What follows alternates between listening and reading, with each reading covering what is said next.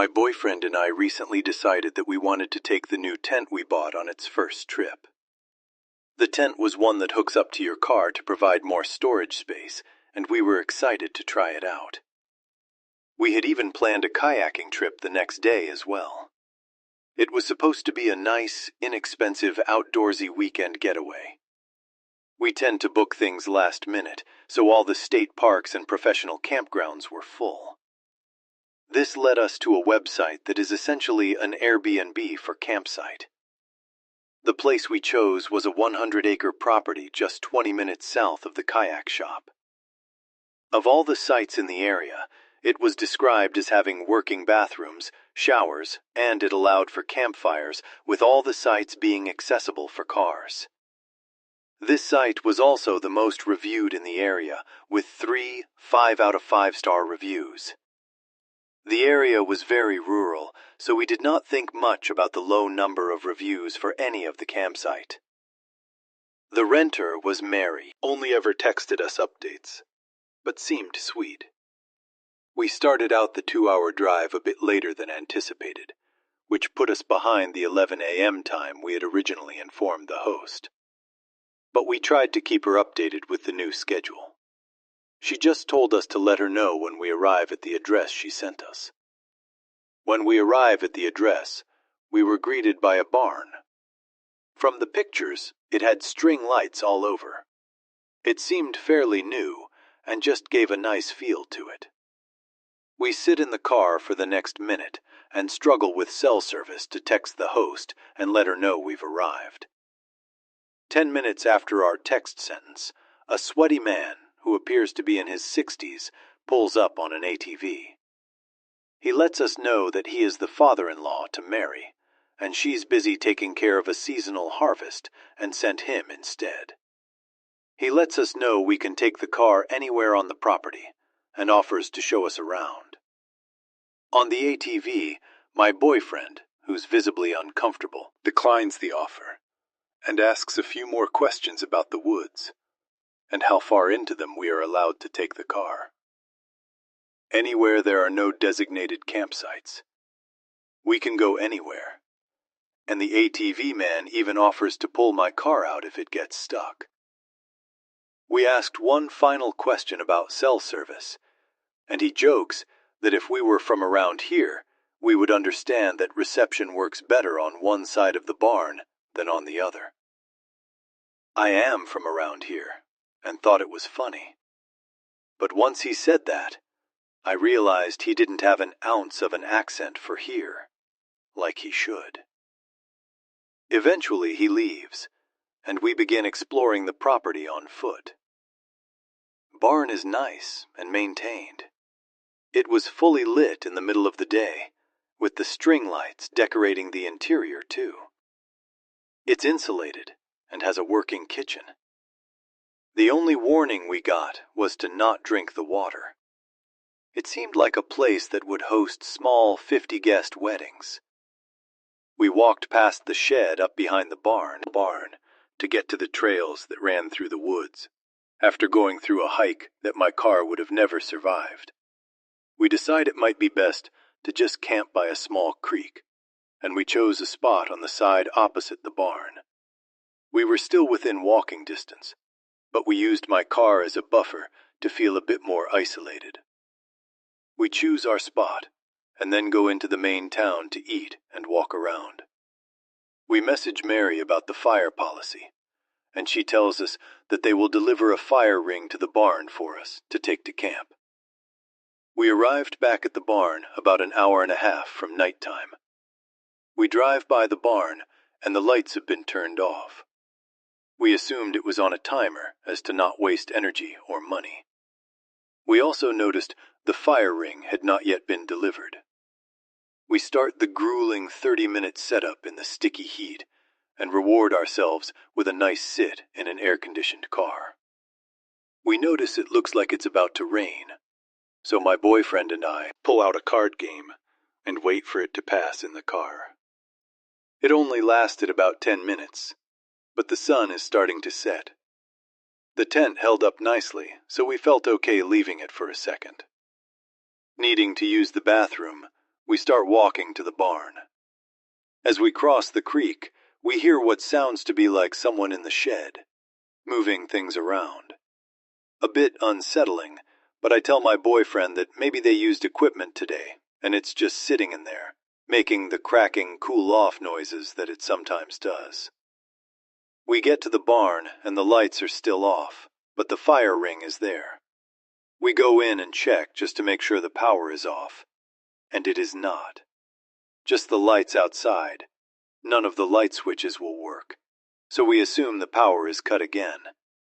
Maybe it's just on a timer. No worries.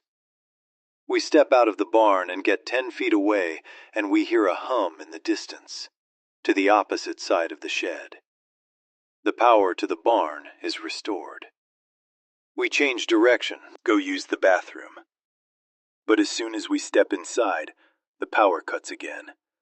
I start to get a weird feeling, and I can tell he has it too.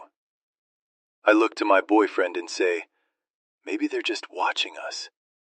I immediately follow it up with, no, that's a lot worse. We walk back outside, and the lights turn on. My boyfriend says that we need to leave, and I have the same gut-wrenching primal fear. We put the ring back by the barn, since we had moved it about 10 feet, and the barn lights start flickering. We briskly walk back to the car. Being from Appalachia, I know better than to run. The 30-minute setup was torn down in about 5 minutes, and we jump in the car and lock it. I managed to get my car going, thanking God that the rain did not get my car stuck. We start toward the driveway, and just as we made it to the road, my boyfriend looks back and sees a man standing by the shed, watching us.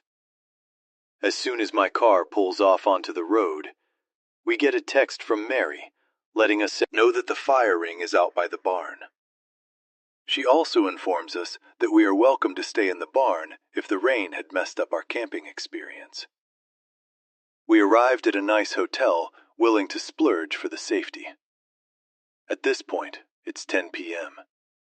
A sweet older lady checks us in, desperate for validation and just comfort from anyone.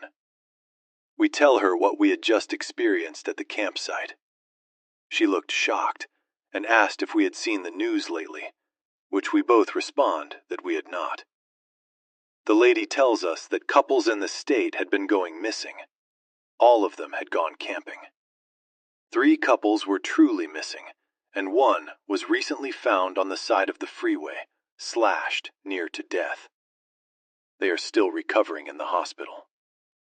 We couldn't find many articles about where in the state, but the look on the lady's face suggested it was near us.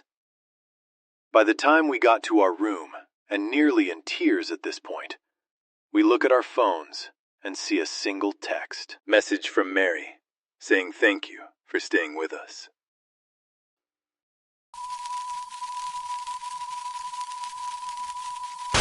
This took place when I was about 16. My aunt was in town visiting, and we were coming back from the grocery store.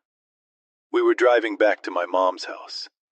My parents are divorced, just so you know, and she lived way out in the country, like it's a 10-minute drive from anywhere. We pull up our driveway, and a red car pulls in behind us. My aunt and I stay in the car, and the man approaches the driver's side door. Can't rightly tell you why he looked like a creep, but he looked like a creep. Very pasty skin, eyes that were staring too hard, just overall weird. He claims he's lost, and looking for a way to a fitness center in the town next over. The exact fitness center that is about a minute away from where the grocery store is. Super odd, but I give him directions. He thanks me, but continues to stare at me. He asks if we know each other, and are replying, no. He gives me his name, and I again repeat, no, I do not. A couple seconds of awkward staring, and he asks what my name is. Well, being an idiot, feeling anxious, I tell him, that was a mistake. He confirms we don't know each other and heads back to his car, and we watch him leave. My aunt and I agree he was very strange, but shake it off and take the groceries in from where we parked. You have to take a long, windy path up behind the house to the back door. My aunt goes outside to grab the rest of the groceries, and I settle on the couch in the living room and look outside. Red car in the driveway. My aunt comes upstairs and said the guy was almost to our door and claimed he forgot the directions. My aunt currently told him right, left, right, and then told him to leave. The directions were truly that simple when following the main roads. I'm freaked, she's freaked, but we never see him again. A month passes and I'm chilling at my dad's and posted something like, "I'm bored at my dad's house, who wants to chill?" on Facebook. Guys, always set your page to private. Several minutes later, I get a message from the same guy asking if I wanted him to come over. I'm home alone and understandably terrified. I immediately block him and tell my dad, who goes to one of his cop friends, to see if they know anything about the guy. Well, this man was kicked out of a local university for stalking and had 2 other counts of stalking on top of that, and a restraining order.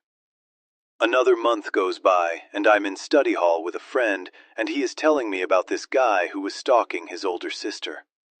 I don't remember the specific details, but it was definitely the story of someone being stalked.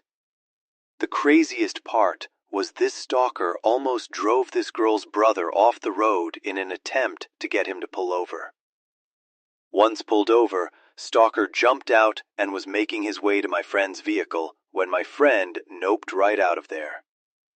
I'm sure you guessed it, but the stalker and the creep I ran into were the same person.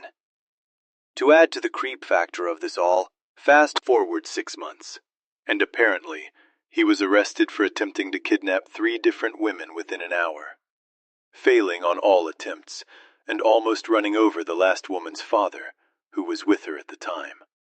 Confirmed it via news article, and I'm still pretty floored by it all.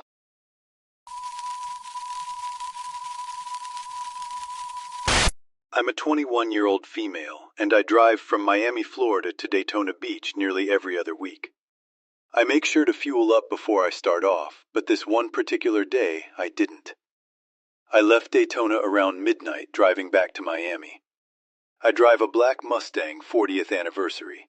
I was literally flooring it back home through I-95. The entire route was empty other than a few trucks and small cars here and there. I was jamming to some good music, not paying much attention to what was going on with my fuel tank. Around 2:30, 2:45 a.m., the low fuel warning came up. I saw it and started looking for the nearest exit, which happened to be Boynton Beach. I have never been there and had no idea about how the area is. I took the exit and saw that there was a Circle K right off the exit.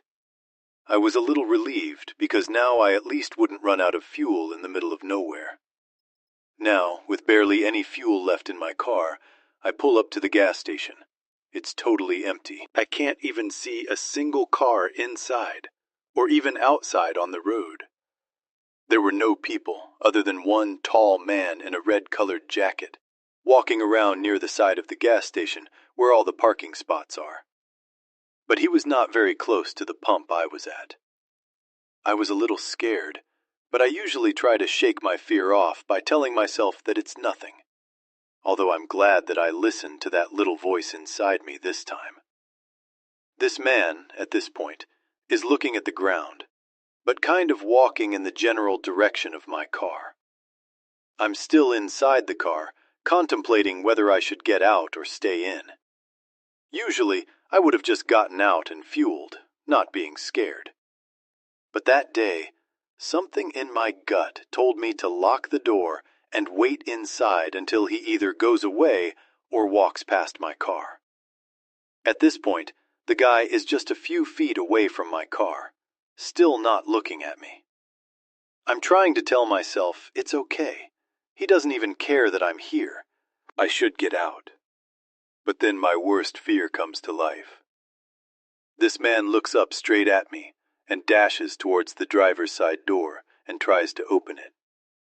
At this point, it's around 3 a.m., with no other people in the general vicinity. I literally froze for a second and thought, I'm gonna die. He pulled on the door handle several times, trying to get it open.